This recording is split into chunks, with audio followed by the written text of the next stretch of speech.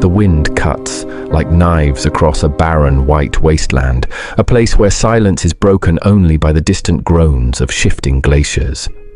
Here, in the heart of the Ice Age, survival is not a luxury, it's an endless battle. No tools, no shelter, no food reserves, just you stranded in a frozen wilderness that cares nothing for your will to live. The temperature plunges below what skin can endure, and every breath feels stolen, as though the air itself is rationing your life. Could you endure this hostile world where mammoths roam and predators stalk silently through the snow? Where fire isn't just warmth, but the only line between existence and extinction? This isn't about luxury or comfort, it's about the razor-thin boundary between man and nature, life and death. And before you think you know the answer, let me warn you. The Ice Age has secrets that textbooks never told you, facts that will shatter your assumptions. But not yet. Stay with me, because what comes next will challenge everything you believe about human resilience. The question is not just, could you survive? It's how long before the ice swallows you whole. Don't blink, because survival here begins the moment the snowstorm closes in, and that moment starts now. The storm has passed, but what it left behind is worse than the fury itself. Silence so heavy it presses down like a weight, snow stretching endlessly in all directions, and air so sharp it feels like glass cutting into your lungs with every inhale. The first question that claws into your mind is not about finding food or fire, but something more primal. Where do you even begin? Your body trembles violently, not just from cold, but from the dawning realization that you are utterly alone in a world sculpted by ice, a world that once buried entire species beneath its frozen grip. The Ice Age is not a romantic painting of woolly mammoths and saber-toothed cats. It is a death sentence waiting to be signed the moment you misstep. The truth is, in this frozen expanse, time itself becomes your enemy. Every shiver is a clock ticking down, every gust of wind a reminder that warmth is bleeding out of your body. Hypothermia doesn't strike like a predator, it creeps, it whispers, and by the time you recognize its voice, it's already too late. But before I reveal the terrifying stages of how your own body begins to betray you, let's pause and think. What do you actually have in this moment? No flint, no firewood, no blades, no shelter, only your bare hands, your instincts, and the desperate will to carve life out of a landscape designed to erase it. You might think the first move is to seek food, but here's the cruel twist. Without heat, calories mean nothing, because digestion itself slows to a crawl when the body is too cold. And without shelter, fire becomes a fleeting dream snuffed out by the endless wind. So, what is step one? That's the question, and the answer may shock you, because survival here begins not with what you do, but with what you don't do. Motion, you see, is both your savior and your executioner. Stay still too long and you freeze. Move too much and you sweat. A death sentence in these conditions, because damp skin is an open invitation for the ice to consume you. Striking that balance is the razor's edge you must walk, and already the odds are stacked against you. But there is one secret, one overlooked trick our ancestors knew, and I'll come back to that soon. Because before you even reach that revelation, another danger lurks, the very ground beneath your feet. The Ice Age terrain is deceptive. Snowdrifts that look solid can collapse into hidden pits. Rivers lie frozen with treacherous skins of ice that could crack at the lightest weight, plunging you into water so cold it kills in minutes. And you don't want to know what happens if you fall through.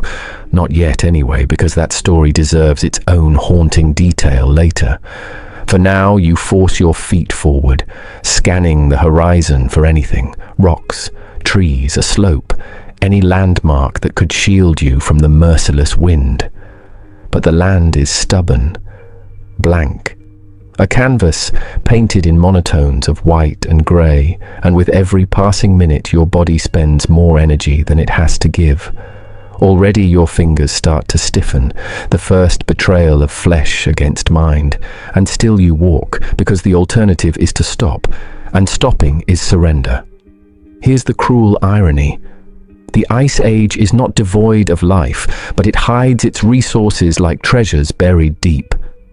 Beneath that snow may lie wood carried by ancient rivers, frozen bones of animals that could serve as tools, or caves carved by time itself offering refuge.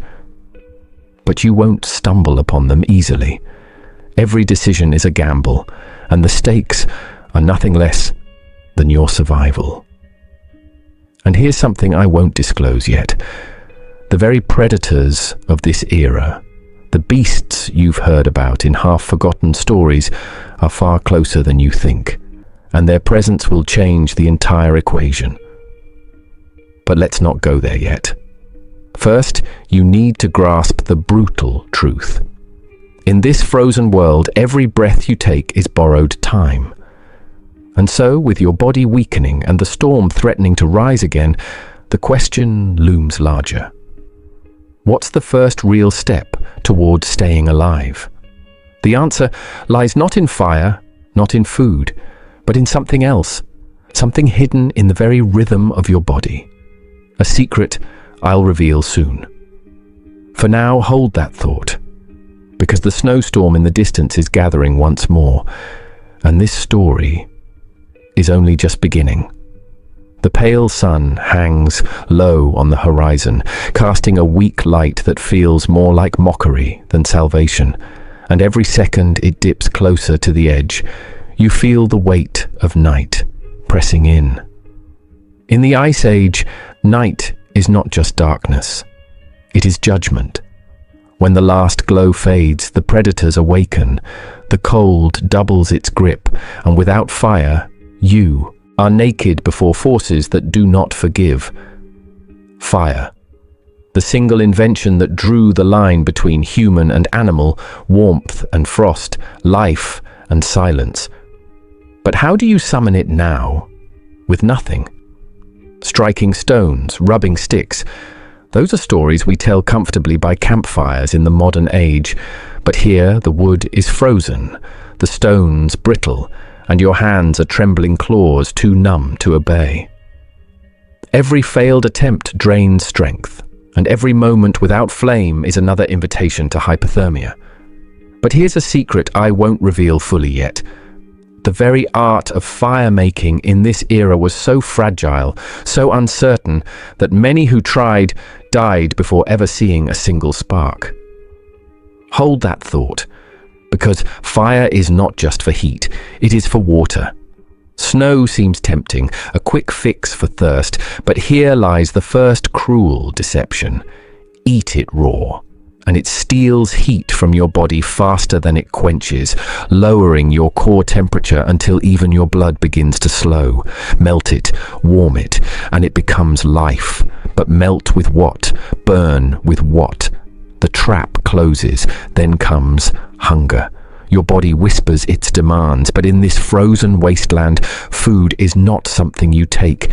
It's something you wrestle from giants. Woolly mammoths, towering like living walls of flesh and tusk, guarded by herds, saber-toothed cats, patient assassins cloaked in snow, wolves hunting not alone but in packs, their eyes glinting like coals in the distance. Even the smallest prey, the rabbit, the fox, has instincts honed sharper than your clumsy, tool-less hands. You are not the hunter here, you are the intruder, trespassing in a food chain where you rank dangerously low. But perhaps there is hope, because this world does not hide all its secrets forever. Scattered across riverbeds, frozen in time, lie fragments of flint, stones that when struck might yield the breath of flame. Among the bones of long dead beasts lies sinew, sharp edges, material for weapons, primitive, desperate tools to tilt the balance. The question is not whether they exist, but whether you can find them before starvation finds you. And here's something I'll only hint at now. The way early humans tricked their prey, using the landscape itself as a weapon, is a truth so brilliant, so savage, that it deserves its own reveal later. For now, hold that curiosity. The sun sinks lower, shadows lengthen, and a deeper fear creeps in, the approach of night. Listen closely. Wolves do not howl randomly. They signal, coordinate, surround. That echo you hear across the ice is not distant, it is strategy unfolding. And without fire, you are not merely cold, you are exposed.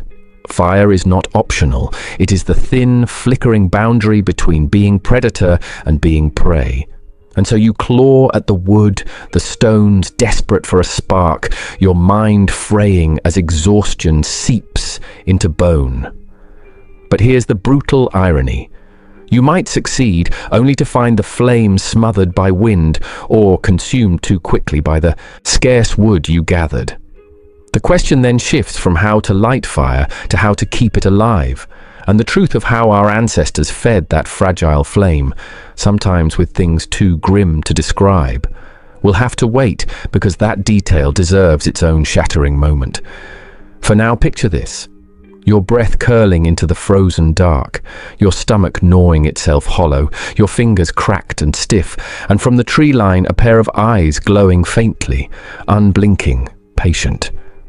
The Ice Age does not rush its kill, it waits, and as the final light bleeds out of the sky, you realize the cruel pact of this world: endure the night or vanish into it. The Ice Age night is not quiet. It is alive, restless, stitched together by the calls of predators who rule this frozen empire with patience and precision. And as darkness swallows the last traces of light, you realize the battlefield has shifted. The cold is no longer your only enemy, because now the hunters are awake. Their eyes pierce the dark like embers, scattered across the horizon, glowing, watching, calculating. Wolves, their howls rise and fall like signals in a secret language, echoing across the glaciers, a chorus of coordination that means only one thing. You are not alone, and you are not safe. They do not rush. They circle, they test, they probe the edges of your strength, waiting for the stumble, the weakness, the crack in your defenses. But wolves are not the apex here. Oh no. There are larger shadows in this story, ones whose names survive in whispers, saber-toothed cats, their fangs like daggers of bone gleaming faintly in the moonlight, predators that could end you before you ever knew they were near, and beyond them the mammoths and mastodons, not hunters but forces of nature, colossal beings whose very presence could crush a fragile human body beneath ice and tusk. But let's pause, because here's the secret not often told. These animals were not just threats, they were opportunities. To our ancestors, every predator carried two identities: danger and resource. A wolf could kill you, yes, but its fur could warm you for a season. A saber-tooth could tear you apart, yet its bones could become tools. A mammoth was an impossible foe, but if one fell, it was a feast that sustained entire tribes for months. Yet here lies the trap. You are alone, and alone you are nothing more than prey. Without fire to ward them off, without weapons to strike back, your only hope is the oldest survival instinct of all: awareness. Listen to the snow crunching under distant paws. Feel the tremors of something heavier moving in the distance. Smell the faint iron tang of blood in the air, proof that another creature has already fallen tonight. But before you think you can run, consider this. In the Ice Age, speed means nothing. The snow is deep, the cold is draining, and predators are built for this terrain in ways you never will be. Running only marks you as desperate, and desperation is what they are waiting for. The true defense is not flight, but endurance. Hold ground, conserve energy, make yourself a harder target. And yes, there is a trick here. One used by early humans that you will want to know, but I'll hold that card for now because its reveal will change the way you picture survival forever. For now, focus on the sound, because sound tells you the story before sight does. The wolves close in, their howls shifting, a map of their strategy unfolding around you. Somewhere behind that tree line, eyes lock onto your shivering form, measuring how long until you collapse. And as your breath grows shallow, as exhaustion presses you down, the reality hardens. You are no longer the observer of this world. You are the hunted. And in the Ice Age, being hunted rarely ends in mercy. When the night does not kill you, the morning comes not as mercy but as another trial, and by now your body is a battlefield, muscles hollowed by hunger, fingers stiff as stone, mind fraying at the edges of exhaustion. You have fire, perhaps, or maybe only embers fading into the snow, but either way the truth presses down. Without shelter, you cannot last. The Ice Age wind is not just cold, it is a predator in its own right, invisible yet relentless, stripping heat from flesh, dragging energy out of your bones until all that remains is stillness. Shelter, then, is not luxury, it is law. But where do you carve refuge in a land of endless ice? Caves. They exist, yes, carved into cliffs by ancient rivers, but caves carry their own curses. Inside, the air is damp, fire smoke has nowhere to escape, and worse, these places are rarely empty. Wolves, bears, and cats claim them as their dens, and stumbling into one might mean ending not in warmth, but in jaws. Snow shelters? They are possible, yes, but they demand precision. Pile snow wrong and it collapses, burying you alive in the very element you sought to escape. Pile it right and you create insulation, a fragile womb of ice where warmth can linger for a while. But here's a secret worth holding on to. The snow, deadly as it seems, can become your ally. Compacted walls of powder trap heat, muting the scream of the wind, buying you hours, maybe even a day. Our ancestors knew this, and they bent snow into survival, not comfort, but delay. A pause before death. Yet there is another truth, one rarely spoken. Shelter in this age was never permanent. It was always a stopgap, a stolen moment, because the ice was shifting, the storms were endless, and the predators never stopped searching. At best you could hide, at worst you only slowed the inevitable. And still, there is one more danger, one you may not have considered. Fire in a snow shelter breathes as you breathe, consuming oxygen in silence, turning a life-saving refuge into a suffocating tomb. This is the paradox of survival. Every choice carries its own knife. Too open and the cold devours you. Too sealed and the fire takes the last of your air. But I will not yet tell you how early humans solved this, how they learned to carve the smallest vents, the most delicate openings, because that trick belongs to the final reckoning of survival. For now, you endure, curled in a hollow of snow or stone, listening to the distant growl of the wind, the nearer growls of predators, and the louder growl of your own stomach. Hunger gnaws deeper than cold now, and the truth becomes clear. You can outlast storms, you can trick the wind, you can carve shelter from ice, but without food your body is already a clock ticking down. And that hunger, that is where the story sharpens into something darker, something most people do not want to face. Stay with me, because in the next breath, we will step into the most primal decision the Ice Age ever forced on humankind, the choice between starvation and savagery. Hunger in the Ice Age is not simply an empty stomach. It is a creeping storm inside the body, a fire that burns without flame, hollowing out the muscles, draining thought, distorting vision until even the snow begins to look like food. It is the most patient predator of them all, one you cannot flee, one you cannot fight, one that follows you in every waking moment and hunts you even in your dreams. Days without food are not measured by time, but by the sharp decline of strength. The legs that once carried you through snow drifts begin to falter. The arms that reached for wood tremble as if they belong to someone else. and the mind begins to slip into strange places where reason blurs with instinct. You might think the cold was your greatest enemy, or the predators lurking in the night. But no. Hunger is worse, because it gnaws from the inside, turning your own body against itself. And here lies a truth most history books choose to whisper.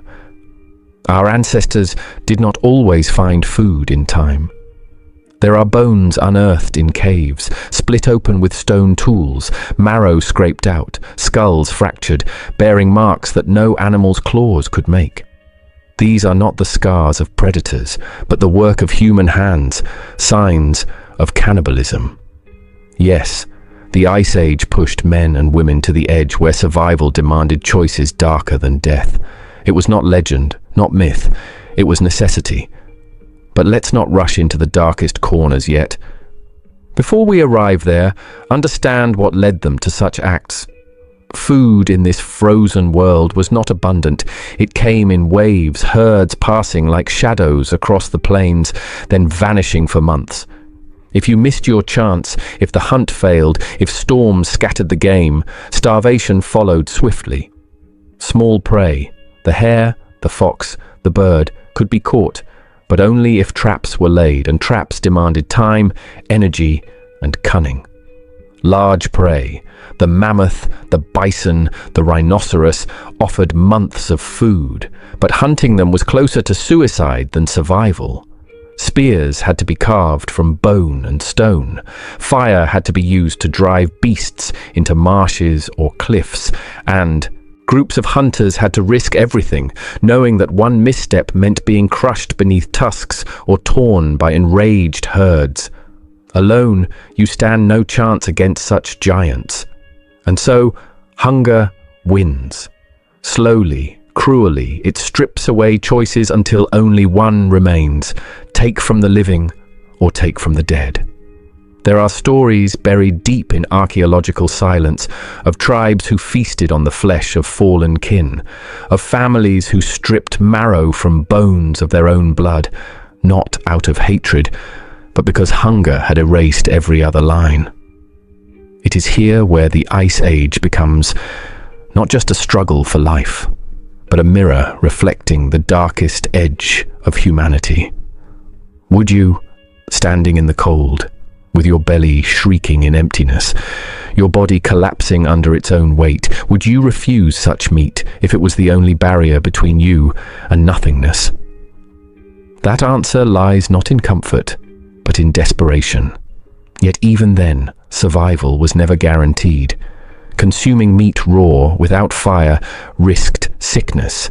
Eating frozen flesh risked frostbite of the mouth, breaking teeth on ice-hardened sinew. And still they did it, because to do nothing was to die. Hunger is merciless. It does not respect morality. It does not bend to pride. Hunger makes kings crawl and saints fall, and in the Ice Age, it made human beings predators of one another when all else failed. But before you let judgment rise, let me withhold one fact until later. Without those desperate acts, without that crossing of forbidden thresholds, you might not be here listening now. Because survival is not about purity, it is about persistence. Still, imagine the weight of it.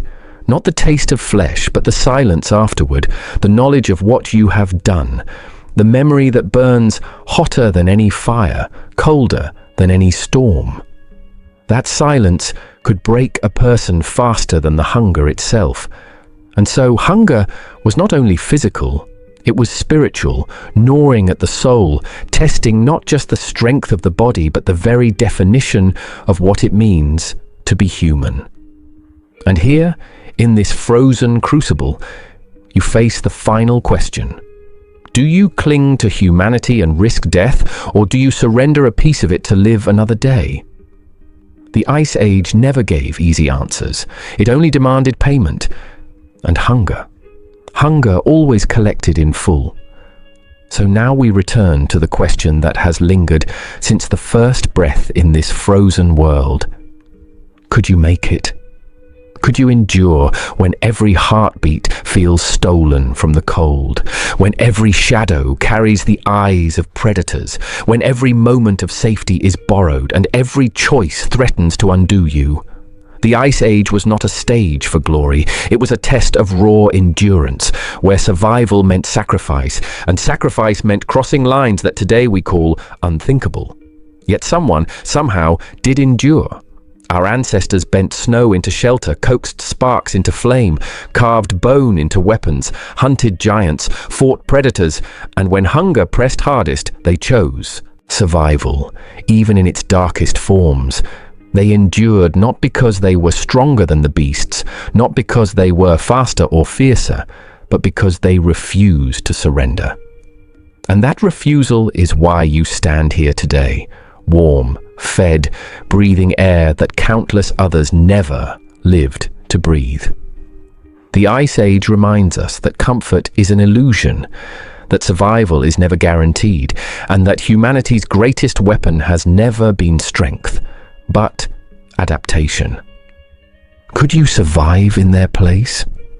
The answer may terrify you. Because the truth is, survival strips away everything you think you are until only instinct remains. And instinct does not care for morality. It cares only for the next breath. The Ice Age does not care who you are. The cold does not care. Hunger does not care. But history whispers that someone made it. And that single truth is why the question lingers, haunting, unresolved. If it were you, stranded in the Ice Age with nothing, how long before the ice claimed you, or how long before you became what survival demanded?